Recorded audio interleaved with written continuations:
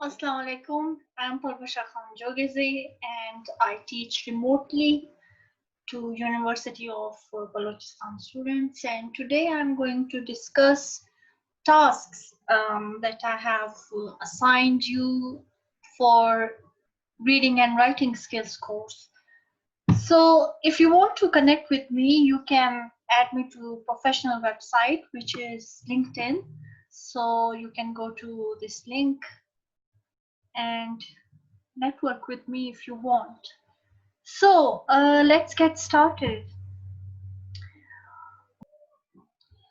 Okay, so we are going to start with week 9, reading fluency. तो fluent यानी आप speaking में तो फ्लुएंट होते हैं, आपकी रीडिंग स्पीकिंग जो स्पीड है वो तो उस सेंस में भी लेते हैं। तो रीडिंग फ्लुएंसी भी इसी तरह है कि आपकी जो रीडिंग की जो रवानी है ना, मतलब आप किस स्पीड से पढ़ते हैं और उसको कैसे इंक्रीज करना है, या आपने अपनी कई दफा रुक रुक के जो है वो रीड कर रहे हो, बल्कि आप रवानी के साथ पढ़े। तो ये वीक 9 में आपका टास्क था रीडिंग डिफिकल्ट टेक्स्ट। जब भी हमारे पास कोई मुश्किल टेक्स्ट होता है तो उससे पढ़ने में हमें जो है थोड़ी मुश्किलात होती हैं। तो ये आपको वीडियो जो है इसमें आपको ये 3 मिनट्स की वीडियो है बीबीसी लर्निंग इंग्लिश की, और आप बीबीसी लर्निंग इंग्लिश के वेबसाइट पे भी जाके कर सकते हैं। और उसमें और भी बहुत सारे स्किल्स होते हैं, स्टडी स्किल्स, जो भी English as a second language learners हैं उनके लिए भी एक अलग से बीबीसी का ऑफिशियल वेबसाइट है। और इस तरह की जो वेबसाइट्स होती हैं इनको हम कहते हैं authentic sources for learning। तो इंग्लिश लैंग्वेज लर्न करने के लिए ऑथेंटिक सोर्स क्यों कहा जाता है? इस वजह से क्योंकि बीबीसी तो एक तो ये कि यूके इंग्लिश आपको वहां से जो है वो सीखने को मिलती है। इसी तरह सीएनएन से आपको अमेरिकन इंग्लिश, अगर आपको उनकी स्पीकिंग या आपने उनके स्पेलिंग जिस तरह से हैं तो वो सीएनएन में उसी अमेरिकन इंग्लिश के ही स्पेलिंग लिखे होते हैं। एक्सेप्टेबल दोनों है, ब्रिटिश इंग्लिश के स्पेलिंग और उनका एक्सेंट वो भी एक्सेप्टेबल है, और जो अमेरिकन इंग्लिश है वो भी एक्सेप्टेबल है। तो सीएनएन, बीबीसी इनको ऑथेंटिक इस वजह से कहते हैं कि ये उनके जो नेटिव स्पीकर्स हैं, यानी नेटिव स्पीकर्स, अब फॉर एग्जांपल अगर आप पश्तून है और पश्तो आपकी फर्स्ट लैंग्वेज है तो आप पश्तो नेटिव स्पीकर है। इसी तरह से जो अंग्रेज हैं वो अगर इंग्लिश उनकी फर्स्ट लैंग्वेज है तो वो नेटिव स्पीकर्स हैं इंग्लिश के। और सही है, तो ये आपका जो नेटिव स्पीकर्स है वो बीबीसी में जाहिर है नेटिव स्पीकर्स वही जो इंग्लिश जिनकी फर्स्ट लैंग्वेज है। लेकिन जरूरी नहीं है कि बीबीसी के जितने भी वहां पे काम कर रहे हैं, जितने एम्प्लॉयज एम्प्लॉयर्स, वो सारे उन सबकी नेटिव लैंग्वेज इंग्लिश है, ऐसा नहीं है। अभी तो उनके बहुत सारे ऐसे भी रिपोर्टर्स और न्यूज़कास्टर्स हैं जिनका एक्सेंट फुली यूके इंग्लिश का नहीं भी है, लेकिन फिर भी एक्सेप्टेबल है क्योंकि वो जो है जिस तरह से बोलते हैं तो वो फिर भी समझ में आ जाता है। तो यानी उनका फिर ये होता है कि एक्सेंट जो है वो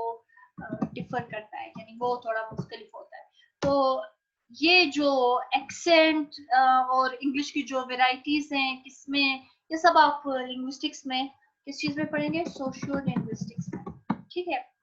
तो अगर आपने टास्क वीक 9 का जो है वो टास्क आपका क्या था, वो ये था कि आपने ये बताना है कि इस वीडियो को देखने के बाद कौन से ऐसे रीडिंग स्ट्रेटजीज हैं, ऐसे रीडिंग टिप्स हैं जो कि which of the mentioned reading strategies discussed in the lesson do you use more often, discussed with examples। अब इनमें से कौन सी ऐसी स्ट्रेटजीज हैं जो कि आप बहुत ज्यादा यूज करते हैं, अक्सर यूज करते हैं? ऑफन यानी अक्सर जो है आप वही स्ट्रेटजी ज्यादा यूज कर रहे होते हैं। तो आपने एग्जाम्पल भी देनी है, यानी आप किस टाइम, अब फॉर एग्जाम्पल अगर कुछ लोग होते हैं वो बुक खरीदते वक्त वो सबसे पहले उसका कंटेंट देख लेते हैं और कि अच्छा टेबल ऑफ कंटेंट में कौन कौन से, यानी इसमें कौन कौन से टॉपिक्स डिस्कस हुए। तो अगर वो इसी तरह अगर कोई चैप्टर पढ़ रहे हैं तो वो शुरू में उसके ऑब्जेक्टिव्स देख लेते हैं कि अच्छा इस चैप्टर में को खत्म करने के बाद जो है मुझे कौन कौन सी स्किल्स आती होंगी। तो बजाय ये कि वो एकदम से चैप्टर रीड करना शुरू कर दे, वो सबसे पहले उसका ओवरव्यू कर लेते हैं, यानी ऊपर ऊपर से सरसरी मेन मेन हेडिंग्स देख लेते हैं कि अच्छा इसमें डिस्कस क्या क्या चीजें हुई हैं। तो अगर आपकी ये स्ट्रेटजीज आप ज्यादा यूज करते हैं तो इसके साथ आप एग्जांपल भी दे देंगे कि भी मैं अगर कभी कोई जो है चैप्टर शुरू करता हूँ या करती हूँ तो फिर सबसे पहले मैं बेशक अगर उन्होंने ऑब्जेक्टिव्स नहीं भी दिए कि भाई ऑब्जेक्टिव्स वो होते हैं जो एक शुरू में ना इन्होंने दिया होता है कि when you after completing this chapter the student will be able to know this and know that and will be able to, मतलब इस तरह चीजें दी होती है, यानी इस चैप्टर को खत्म करने के बाद आपके पास कौन कौन सा इल्म आ जाएगा, कौन सा स्किल्स आ जाएंगे। तो इसी तरह से जैसे कोर्स आउटलाइन में दिया होता है भाई इस कोर्स को करने के बाद आपको क्या क्या कौन कौन से स्किल्स आ जाएंगे, तो वो हमारे ऑब्जेक्टिव्स होते हैं। तो इसी तरह आप अगर ये स्ट्रेटेजी यूज करते हैं तो आप ये भी बता देंगे कि भी मैं सबसे पहले चैप्टर रीड करने से पहले मैं उनके हेडिंग्स वगैरह देख लेता हूँ, क्योंकि हमारे अक्सर जो टेक्स्ट बुक्स होते हैं स्पेशली अगर आप जो है वो इंटरमीडिएट करके आए हैं तो उसमें जरूरी नहीं है कि हमेशा ऑब्जेक्टिव्स दिए होते हैं कि भाई इस चैप्टर का एम क्या है, पर्पस क्या है और आपको क्या क्या इसको पढ़ने के बाद आएगा, बल्कि उसमें अक्सर सिर्फ हेडिंग्स ही दी होती है। तो अगर आप जो है हेडिंग सिर्फ एक दफा देख लेते हैं तो आपको पता चल जाता है अच्छा इस चैप्टर में क्या डिस्कस हुआ होगा, या कुछ लोग एकदम कंक्लूजन देख लेते हैं कि अच्छा जो है वो टॉपिक है तो उसको जो है बजाय ये कि वो फुली रीड करें वो एकदम कंक्लूजन देख लेते हैं कि अच्छा इस टॉपिक में एंड पे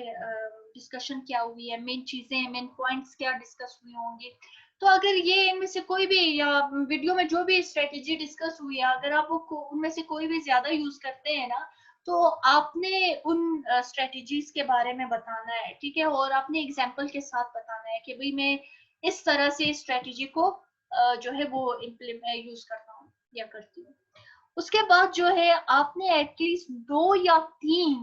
जो आपके साथ बाकी पार्टिसिपेंट्स हैं, जो बाकी आपके पीयर्स हैं, जो आपके क्लासमेट्स हैं, आपने 2 या 3 लोगों को जो है रिस्पॉन्स देना है और आपने उनको एटलीस्ट 2 या 3 ऐसी स्ट्रेटजीज बतानी है जो आपको लगता है कि उन्हें यूज करनी चाहिए और उसके साथ आपने रीजन भी बताना है कि क्यों आपको लगता है वो उन्हें यूज करनी चाहिए, मतलब क्या उससे क्या उनको फायदा होगा, क्या बेनिफिट होगा। तो मतलब 2 आप लर्नर्स आइडेंटिफाई कर लेंगे और उनको 2 स्ट्रेटजीज बता देंगे, और ये नहीं है कि आपने एक को जो स्ट्रेटेजी बताई है वो कॉपी पेस्ट करके दूसरे को भी वही वाली करके बताई है, बल्कि आपने दोनों को अलग अलग करके बतानी है, ठीक है। इसकी जो ग्रेडिंग है ना, आपके सारे जो डिस्कशंस है उन सब की ग्रेडिंग कॉम्पिटेंट और नॉट येट कॉम्पिटेंट है। इसका मीनिंग क्या है?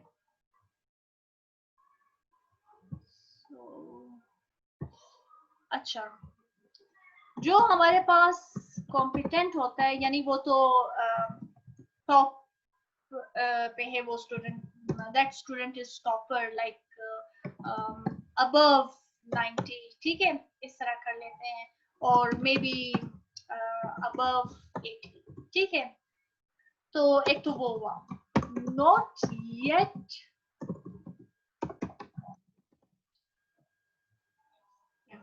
सो इसका मतलब ये नहीं है इनकॉम्पिटेंट मैंने नहीं लिखा, ना ही मैंने लिखा है नॉट कॉम्पिटेंट, मैंने लिखा है नॉट येट कॉम्पिटेंट, यानी अभी तक नहीं जो है अभी एवरेज पे हो आप और अभी तक आप वो टॉप पे नहीं आए, मतलब यू कुड बी 75 और 70, आप उस लेवल पे हो सकते हैं। तो नॉट येट कॉम्पिटेंट का मतलब ये है कि अभी भी आपको अपने आप को इम्प्रूव करने की जरूरत है ताकि आप जो है वो टॉपर पे मतलब आप डिस्टिंग्विश कर ले, तो आपके जो पॉइंट्स है वो बाकियों से बहुत ज्यादा आगे हो, तो ठीक है। तो ये नॉट येट कॉम्पिटेंट का मतलब ये नहीं है कि आप टोटली खत्म है, आप इनकॉम्पिटेंट हैं, इस तरह कोई भी ग्रेडिंग नहीं है। सारी ग्रेडिंग जो है ना वो फीडबैक कॉम्पिटेंट और कॉम्पिटेंट और नॉट येट कॉम्पिटेंट पे, यानी आप या तो आप टॉप लिस्ट पे हैं बिल्कुल 90 और 80 के उसमें, या फिर आप अभी एवरेज पे है, आप फेल नहीं है, आप ये नहीं है कि खत्म है, इनकॉम्पिटेंट है, you are not yet competent, you still need to compete, right, to get to 90 or 80.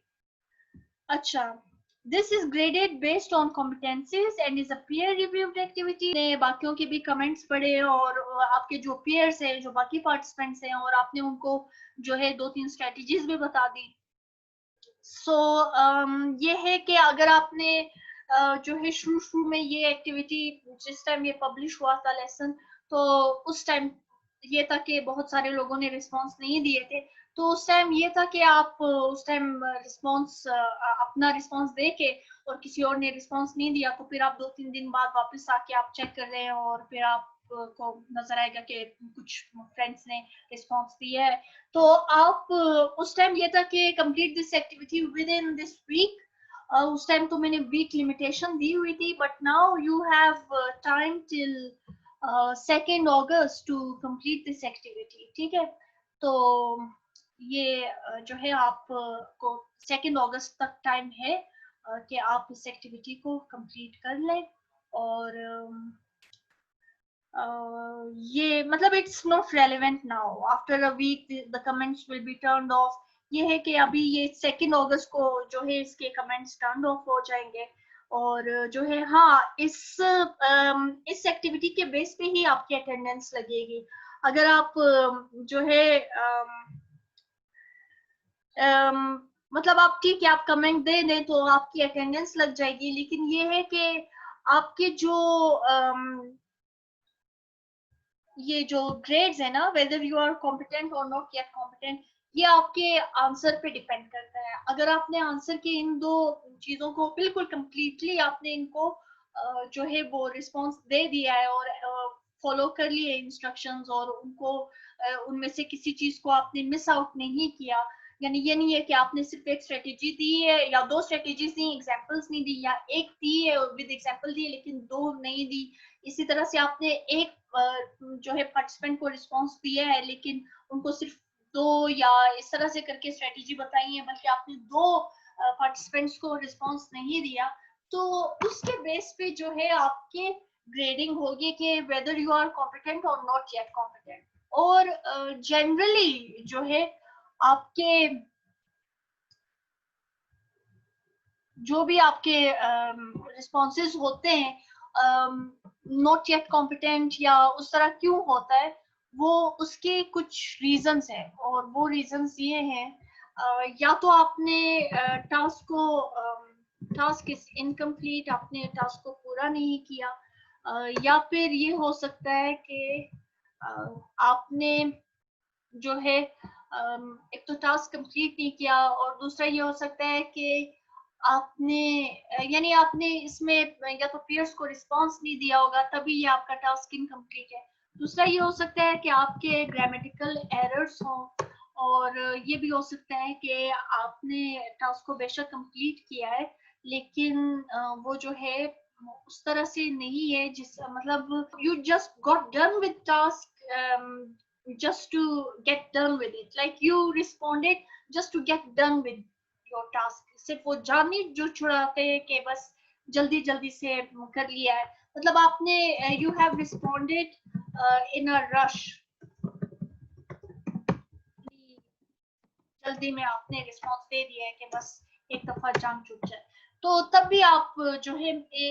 इसका मतलब ये है कि आपका जो रिस्पांस है वो तो बहुत ज्यादा, यानी आपने उस पर सही सोचा हो, ये ना हो कि आप जैसे आप पेयर को रिस्पांस दे रहे हैं तो आप उसमें लिखते हैं I think you should use this activity बस, और आप लिखें because it is a good activity. भाई ये तो कोई रीजन नहीं हुआ ना, मतलब हाँ ठीक है वो गुड एक्टिविटी ही है जिसके वजह से आप उन्हें जो है वो रिकमेंड कर रहे हैं, लेकिन why do you think it is a good activity, यानी आपने सही उनको रीजन देना है कि क्यों आपको लगता है कि वो एक्टिविटी या वो स्ट्रेटेजी उन्हें यूज करनी चाहिए। तो इसमें ये बात डिस्कस हुई है, ठीक है। फिर उसके बाद हम आते how to read books for maximum learning. अच्छा, इसमें आपके पास जो है ये था कि again the deadline for this task is 2 August, और इस टास्क में आपने इनकी स्ट्रेटजीज सुनी और कैसे वो होमलेस थे, और फिर उसके बाद कैसे वो बुक्स ज्यादा रीड करते करते, और अब जो है वो उनकी स्ट्रेटजीज क्या हैं, और 10 साल पहले किस तरह स्ट्रेटजी थी और अब उन्होंने किस तरह से चेंज की। So this is for you to watch. मैं ट्रांसलेट भी करके दे दूं, बट देन अगेन आप कैसे English language English as a second language learn करने के लिए आपको उन नेटिव स्पीकर्स की जो बोलने का जो उनका तरीका है ना, आपने अपने आप को उसका आदी बनाना है। You need to like get yourself familiar with the sound of English language. और एक और तरीका भी ये है कि जब आप इस वीडियो को देखते हैं, हो सकता है वो तेज तेज बोल रहे हो, तो उसका तरीका ये है कि आपके पास जो है एक तो ऑप्शन ये है कि आप सीसी ऑन करें, यानी जो सबटाइटल्स हैं आप वो ऑन करें। और दूसरा ये कि जो वीडियो स्पीड होती है, वीडियो स्पीड वो नॉर्मली 1x होती है, तो आप उसको कम करके 0.75 भी कर सकते हैं, और आप उसको और कम करके आप 0.5 भी कर सकते हैं। तो आप जो है इस वीडियो की स्पीड को कम भी कर सकते हैं, ताकि वो आहिस्ता आहिस्ता बोल रहे हो तो फिर आपको समझ आ रहा होगा, ठीक है। फिर उसके बाद जो है आपने at least again 2 or 3 oh sorry, what do you learn from this short interview, and आपके 2 या 3 जो लर्निंग पॉइंट्स हैं वो आपने डिस्कस करनी है। Take away means what you have learn from that video, that interview, ठीक है। उसके बाद ये पीयर रिव्यूड है, और आपने एटलीस्ट 2 या 3 पार्टिसिपेंट्स को रिस्पॉन्स करना है, और आपने उनको बुक रिकमेंड करनी है जो कि आपको लगता है कि वो बुक्स उन्हें हेल्प करेंगी, और आपने उनको कन्विंस करना है उनको, यानी उन्हें मनवाना है कि भाई ये बुक क्यों उन्हें पढ़नी चाहिए। आप अगर ये कहेंगे because I think this book is good, ये कोई रीजन नहीं हुआ, मतलब why do you think they should read it, तो आपने सही उनको आर्गुमेंट जो है वो देनी है, ठीक है, उनको सही से कन्विंस करना है। तो उसके बाद ये है आइदर यू आर कॉम्पिटेंट और you are an average learner. So this is also graded based on competencies और पीयर रिव्यूड है, और ये जो है आप वही सारी बात के आपकी अटेंडेंस इसी पे बेस है, लेकिन आपकी जो ग्रेडिंग है ना, कॉम्पिटेंसीज जो आपकी इसमें ग्रेड की जाएंगी, वो आपके टास्क पे डिपेंड करता है कि आप किस तरह से रिस्पॉन्स दे रहे हैं, आपके ग्रामेटिकल एरर्स हैं या नहीं है, आपने टास्क को कंप्लीट किया हुआ है या नहीं किया हुआ, आपने जो है इन डेप्थ थिंकिंग करके टास्क को कंप्लीट किया है, या बस ऐसी जो है रीजन, अगर आप फॉर एग्जांपल लिख रहे हैं कि because I have read this book so you should read it too, why should someone else read a book that just because you have read it,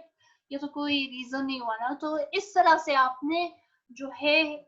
इस टास्क को भी कंप्लीट करना है। And then we get to week 10, और इसका भी deadline है 2 अगस्त।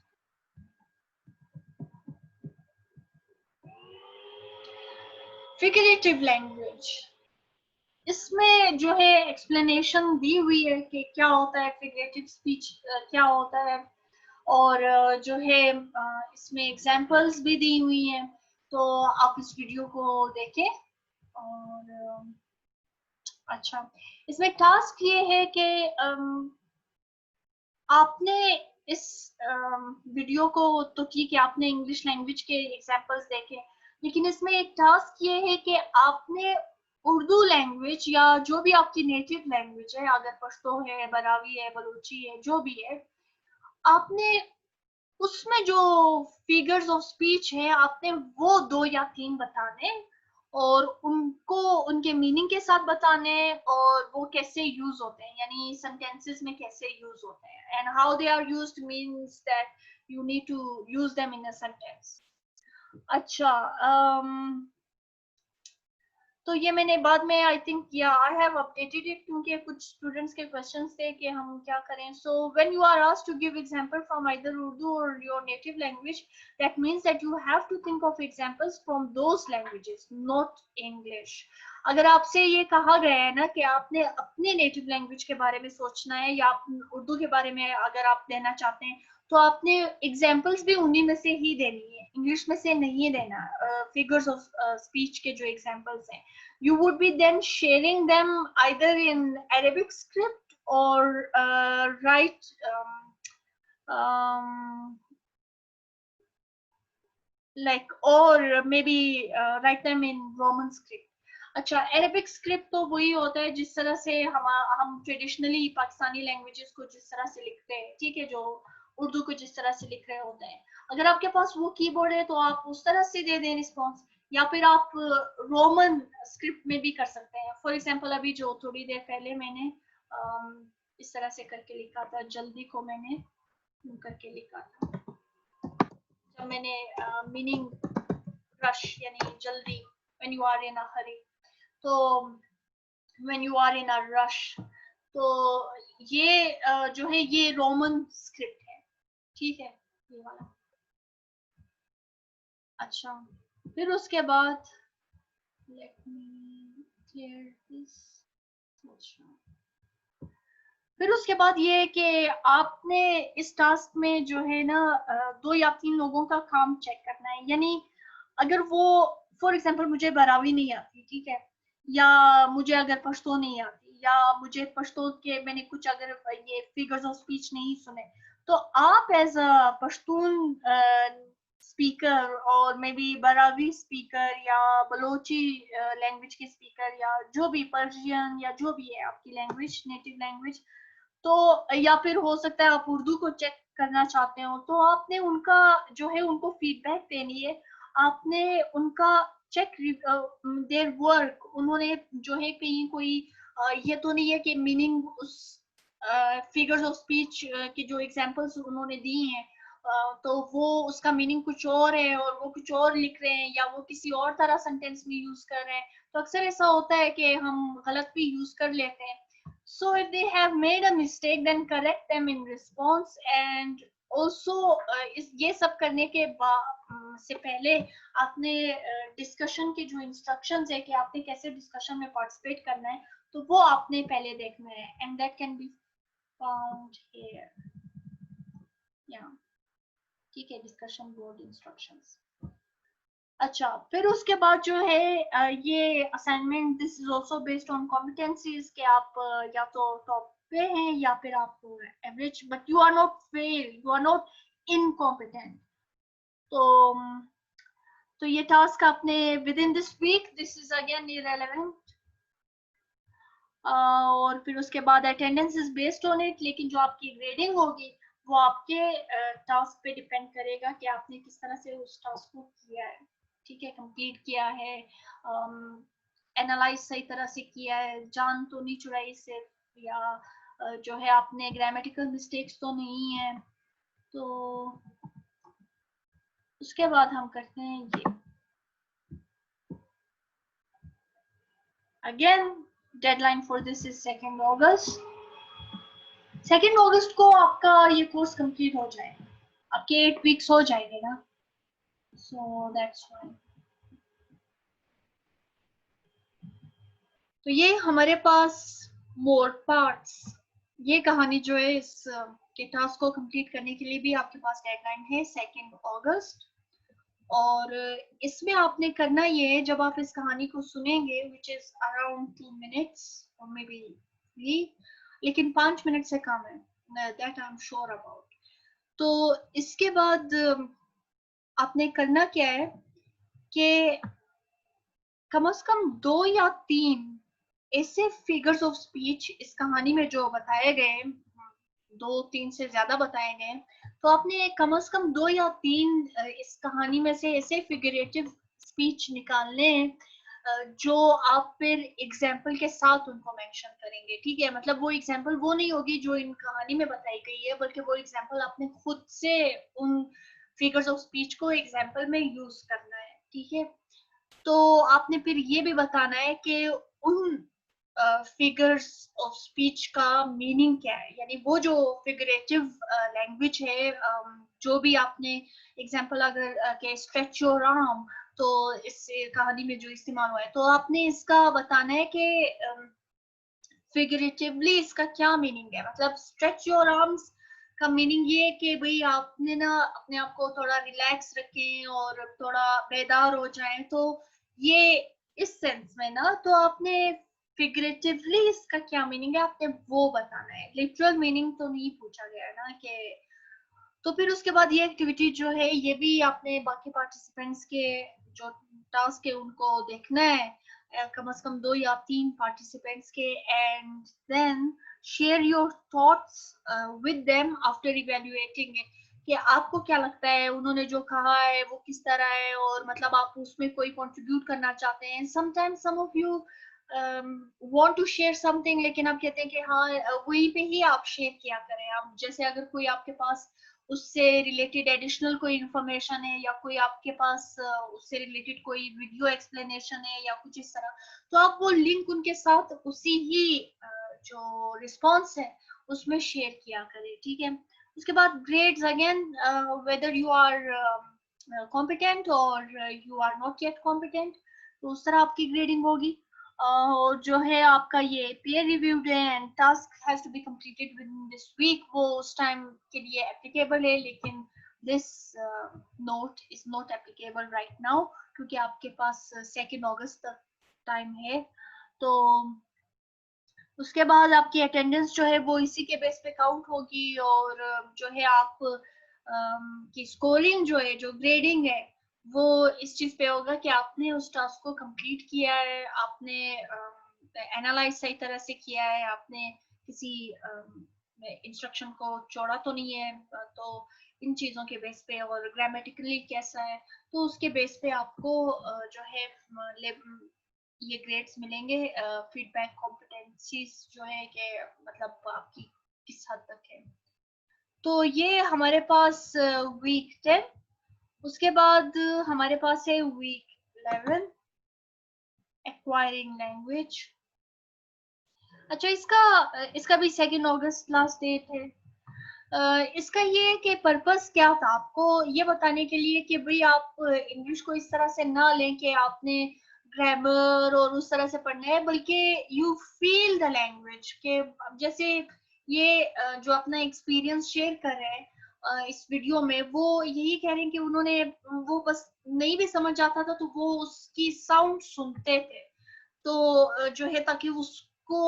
Feel करे उस लैंग्वेज को, और कि वो उस लैंग्वेज का साउंड किस तरह है और उस लैंग्वेज को बोलने का तरीका किस तरह है। तो बेशक आपको कुछ नहीं भी समझ आ रहा ना, तो इस तरह से आप लैंग्वेज लर्न करते हैं। आपको जो है मतलब इसमें जितने टिप्स दिए गए हैं, लेकिन ये कि हर एक डिफरेंट लर्नर है, तो ये है कि आप और भी इस तरह की अगर कोई वीडियो आप टिप्स लर्न कर सकते हैं कि बाकी लोगों का क्या एक्सपीरियंस है लैंग्वेज लर्निंग का, और वो लैंग्वेज किस तरह से लर्न करते हैं, तो आप वो स्ट्रेटजीज भी यूज कर सकते हैं। मतलब you are not restricted to it. तो इसमें बस सिर्फ यही था that you have to share your thoughts, nothing much, बस। उसके बाद जो है हमारे पास एकेडमिक राइटिंग। अच्छा, इसमें एकेडमिक राइटिंग की इंट्रोडक्शन दी गई है, एंड आई थिंक इसके भी टास्क्स नहीं है, या this is only for educational purpose, कि आपको अंडरस्टैंडिंग हो जाए कि अच्छा अगर हम कोई टास्क दे रहे हैं तो वो, अगर आप कोई असाइनमेंट सबमिट करते हैं तो वो एक्चुअली एकेडमिक राइटिंग होती है। उसमें आप जो है किस तरह से अपने असाइनमेंट्स को करते हैं, या कोई रिसर्च पेपर है, तो ये सब आप इन रिस्पॉन्सेज भी जो दे रहे होते हैं वो सारे एकेडमिक राइटिंग में काउंट होते हैं, ठीक है। इसके बाद हमारे पास है academic writing style, and if you want to participate in this discussion forum you can do that till 2 August. और एकेडमिक राइटिंग स्टाइल में ये भी हमारे पास जो है उसका पर्पज ये है कि आपको थोड़ा बहुत सिखाया जाए कि एकेडमिक राइटिंग स्टाइल क्या होती है और किस तरह से आपके असाइनमेंट पे ये चीज हेल्प करेगी। तो इसमें भी आप जो है और भी लर्न कर सकते हैं। अगर आपको ये वीडियो आपको लगता है कि there is something much more better than this, you can watch that and we would love to know आपने जो भी इसके रिप्लेस करके आपने कोई और वीडियो देखी है तो आप उसका लिंक शेयर करें एंड विल वॉच इट, और ताकि सबको फायदा हो। तो